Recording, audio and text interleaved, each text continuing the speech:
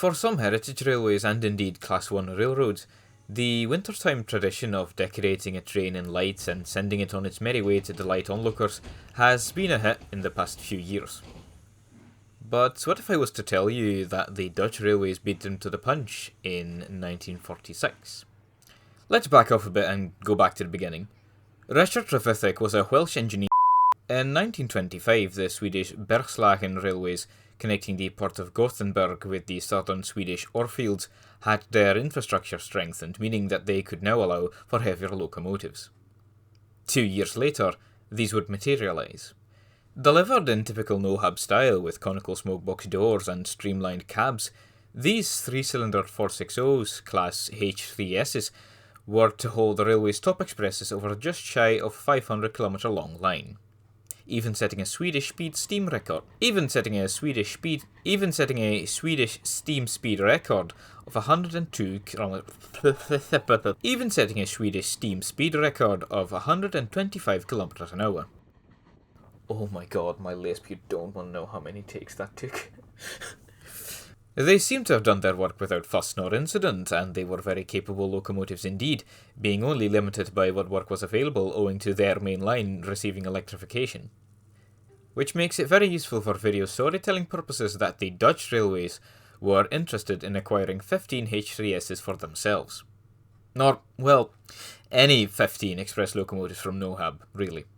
See, when Austrian Moustache Man wreaked havoc in 1940s Netherlands, they were in the market for motive power, as it were. Overhead lines had been stolen, bridges scuttled, for a lack of better words, and locomotives sent off to Germany left NS, to put it bluntly, desperate. As soon as they were liberated, NS tried to secure as many locomotives as they could. The lion's share of these were the War Department 280s and 210s, nicknamed Jeeps by the Dutch. For passenger power, the NS turned to the Swedes, with which they had a good working relationship. NOHAB, not really wanting to develop a new locomotive just for NS, simply took a design which was, as far as they were concerned, tried and tested. So, in 1945, they chose the H3S. The first 6 arrived in Rotterdam by ship, although from the 7th member onwards, they were delivered by rail.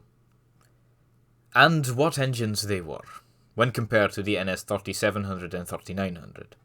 Their frames were almost identical to the 3900s, but the H3Ss classified 4000 by NS were 3-cylindered instead of 4-cylindered. The loco-to tender connection was via an enclosed gangway like the corridor connection between carriages. The smokebox was self-cleaning, but most amusingly of all, the 4000s were fitted with roller bearings throughout. It took as few as 8 men to move a fully loaded up 4000. That is tender and engine. But there was no denying that the 4000s were very modern for NS standards. Electric lighting powered by a steam generator, a foreign concept to Dutch steam, was introduced with the 4000s, these giving them the nickname of Christmas trees, which some crews or fitters seem to have taken quite literally, judging by this 1946 photograph. To their credit, it didn't help that the lighting was a warm white throughout, and the livery of the locomotives was a dark olive green. I couldn't find any sources to confirm whether they smelled like pine. Smooth and modern they might have been, it would always have been an uphill battle for a foreign design like the 4000 to measure up to the expectations set by the 3700, the true NS thoroughbred. At first, they were used interchangeably with the NS 3900s running international trains out of Amsterdam or Rotterdam, comprising out of steel-bodied carriages, for which the 4000s had power to spare. After being shuffled between sheds, the whole class was allocated to Amersfoort, where they proved to fill the gap left by the 3900s. Regular viewers will recall that the 3900s were awful for their slow starts, excessive fuel consumption, and high resistance when not under sufficient load. The 4000s had no such shortcomings and were ideal for this exact work. But the Christmas trees had shortcomings in their own right.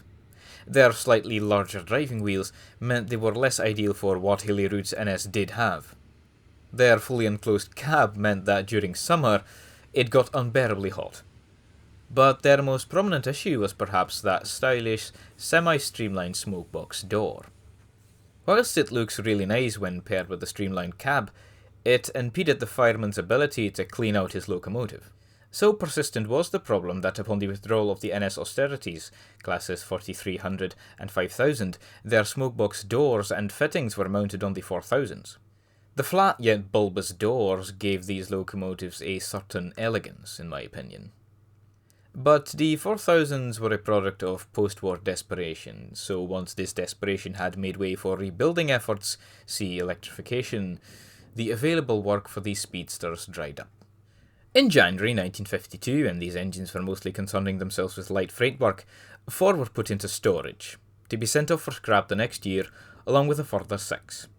1954 was devoid of withdrawals, but in 1956, the last 4009, bowed out of service. She had not served for as little as 10 years. Of the NS versions, only 2 tenders survive, but in Sweden 2 of the original H3S class still remain, after only suffering their last withdrawal in 1973.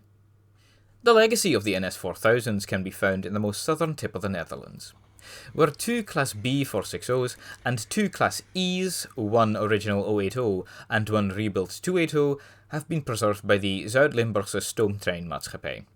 These imported Swedish locomotives providing the backbone of that line's steam service. On a personal note, one of my earliest memories of steam was waiting in the middle of the woods on a line-side halt without a platform for what must have been the 280 to come pick us up on its Halloween special. So when I look at the NS 4000, I cannot help but feel nostalgic.